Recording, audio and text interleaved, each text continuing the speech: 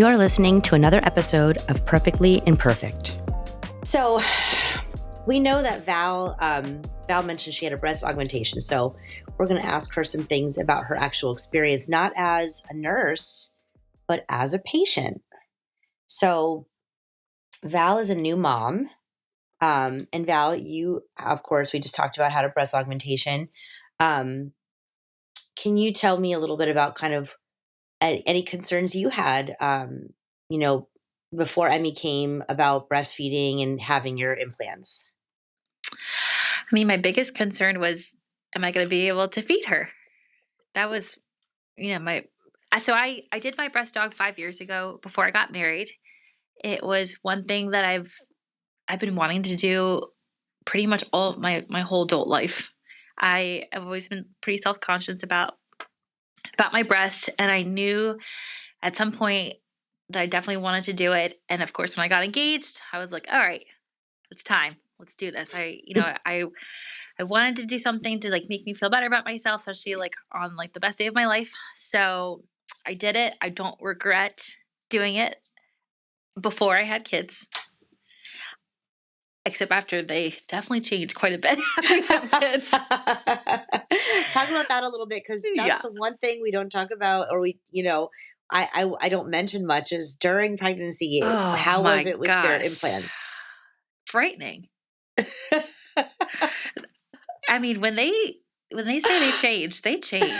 It also is pretty amazing how they know what to do. Like when your baby comes, it's like, all right, your baby's here. It's time to feed this little thing. And I long story short, I had a NICU baby, so I had to pump right away. So I actually became an exclusive pumper. I did breastfeed her about a handful of times at 33 weeks when she was there. And I was very upfront to the lactation nurse, like, hey, I want to try this. If it works, great. If it doesn't, I got something going right now where it's working for me. And then Emery and I kind of had a mutual agreement where we're like, all right, this isn't for us. You just keep doing what you're doing. So I'm grateful that I could do it. But I did exclusively pump, and I pumped for 6 months with my implants. I will say, because of my implants, I constantly was very uncomfortable as far as with the engorgement.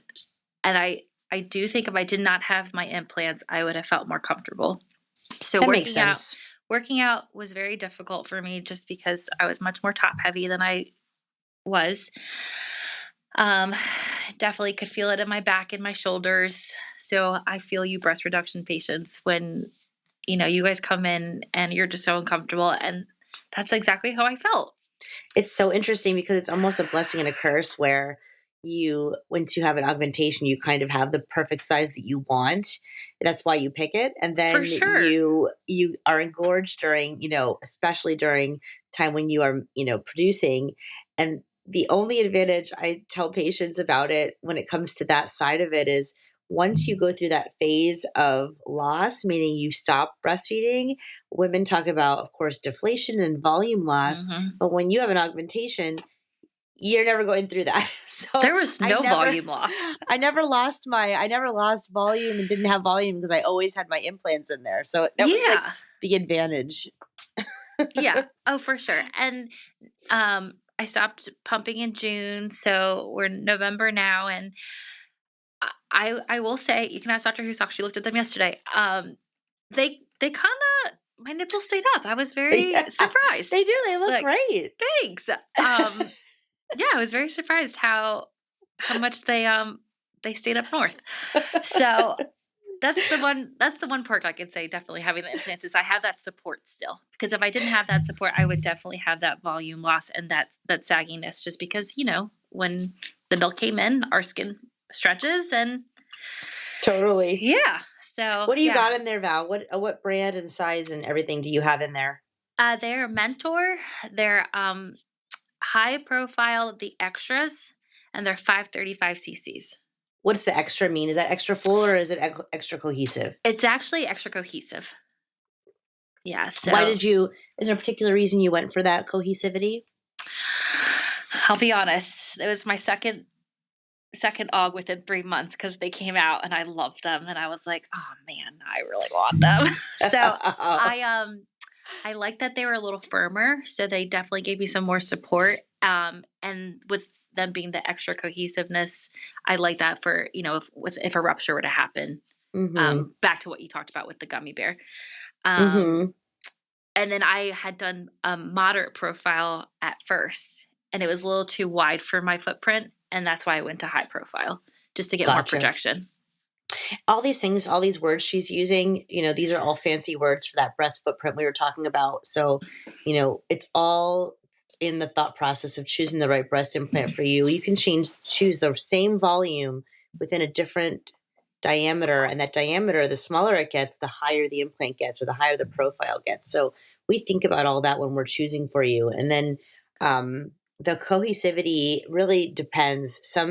Some companies will suggest that middle of the road cohesivity because it gives some structure without being too harsh. The most cohesivity is generally used for someone who has a breast cancer reconstruction because they really need the implant to create the shape of the breast. Most women have something more than that, so they don't need to be quite so stiff. But again, these are all new things for us because patients think about that whole like Baywatch time. When Pamela Anderson was getting her implants, she had like 10 choices, like probably just 10 volume sizes. They had no choices like we do now. We have like 350 choices just for the one company we use. So it's just so cool to be able to have, so many options. For sure. So everything she said was because of the thoughtfulness of like choosing for what Val needed and wanted. What was your day like? Like, tell me about your surgery day. Do you remember it and your recovery? Oh yeah. That was such a great day. Because I was just so excited just to get it done. My husband came with me. I think he was more nervous than I was. And he was just, he kept joking about it. He's like, if you want to go a little bigger. And I'm like, no, please stop. We're not doing that. Surgery went really well. It was about an hour and a half. I did go below the muscle because at that time, it was definitely a little bit more common to go below the muscle. And I definitely had a longer recovery than someone who went above the muscle for sure. Like I said, I'm a big weightlifter, so my pec muscles are pretty thick. And so that recovery was a little rough just because things were so tight. So I woke up and I just remember feeling something which is kind of like sitting on my chest, which I knew, after all these years of being in breast augmentations, that's very common just because the pocket needs to form, the skin needs to stretch, everything needs to settle. So I knew they were going to be high and tight and boxy at first. And over time, things would settle out. That day, I just remember kind of, laying low at home, really hydrating, up and moving. And I rotated between like narcotics and then ibuprofen. Those were my best friends. And then I would take Valium at nighttime just to help with like muscle relaxing because things were just so tight.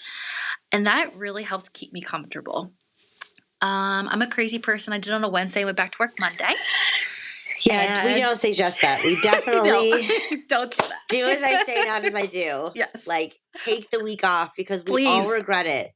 We all regret it that we didn't do it ourselves. I don't know. Moving forward, we tell each other that we're not going to allow us to do that. But like, no, we all do it, and it's a bad idea. Like, you need to take a week off because you really need the time just to. It feels like the flu. It feels like. Yeah, you need so that time. Tired. Yes. Because anesthesia is still lingering in your system too. So it definitely takes a couple of days to really like get those meds flushed out of your system. You feeling more like, and I don't take stuff like that on a normal basis. So like it definitely took some time for me to like 100% back to myself for sure. So take the time, and really what we usually tell patients is take the time and do this at the right time. So if it means you have to wait a couple of months to do it when it works best for you and your family and work, then just wait, Yeah. And definitely not during a stressful time in life too, because that really affects your recovery. If mentally you're not ready, and it's just not the right time with life going on, then definitely do it when it's appropriate, because that really is going to affect how you do afterwards for sure. 100%. And 100%. I definitely wish I took some more time just to like really focus on taking care of myself. So, but overall, I would say by week 4, I I went back to the gym once I was cleared, and I just started slow. I just listened to my body. I took, day by day, but I gradually got myself back into it. Of course, I walked the whole time during that 4 weeks because I couldn't sit still. You know me.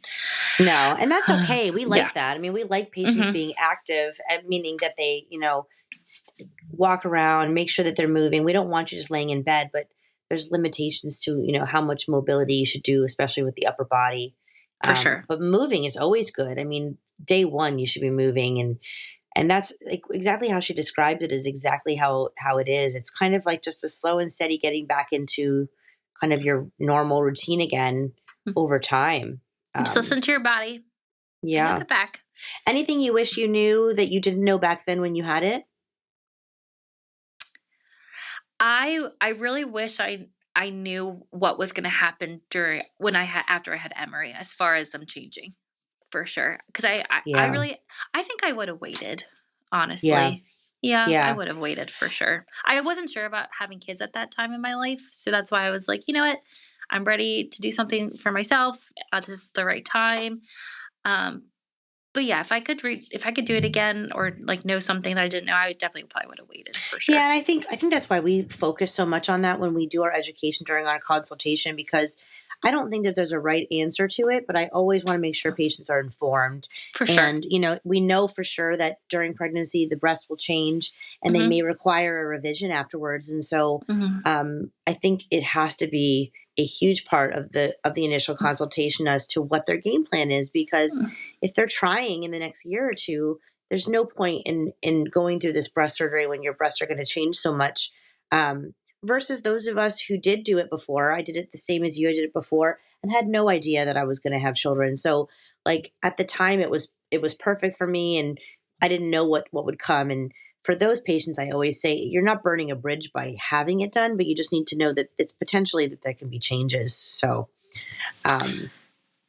yeah, I think yeah. Oh, go ahead. Go ahead. No. Oh, I also want to say sorry that I wish my incisions are on my nipple, and I don't make the best scars. Just with my background being half Hispanic, my scars tend to be a little bit on the dark side. So I wish I did the IMF incision, so underneath, versus doing it around the nipple. So when I do switch these out, I definitely will switch my incision placement for sure. I also had some like sensitivity loss around that area, and not that I'm saying that would happen with everyone, but I probably would have definitely done a different incision location.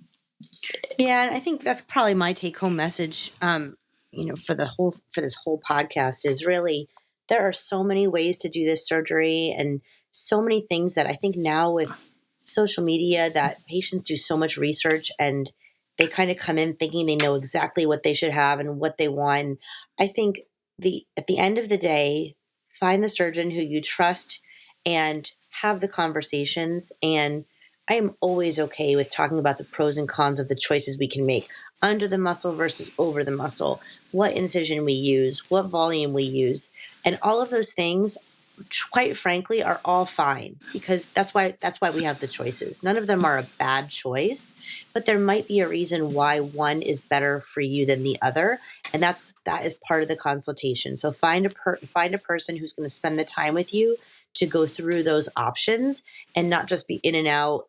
All right, great, pick your size, goodbye, because it's so much more than that, and you deserve to be a part of that journey and part of the decision making. So, no matter what we think, ultimately you've got to figure out what works best for you. So, couldn't agree more with that. All right, Val. Well, anything else? No, thanks for having me. This was All right, fun. carry on, Val. You too. I'll see you tomorrow morning. Perfectly Imperfect is the authentically human podcast navigating the realities of aesthetic medicine. JED Plastic Surgery is located in Owings Mills, Maryland. To learn more about us, go to jedplasticsurgery.com or follow us on Instagram at drcarehoussock, spelled DRCAREHOUSSOCK, or just look in the show notes for links. If you enjoyed this episode, please share it and subscribe to Perfectly Imperfect on YouTube, Apple Podcasts, Spotify, or wherever you like to listen to podcasts.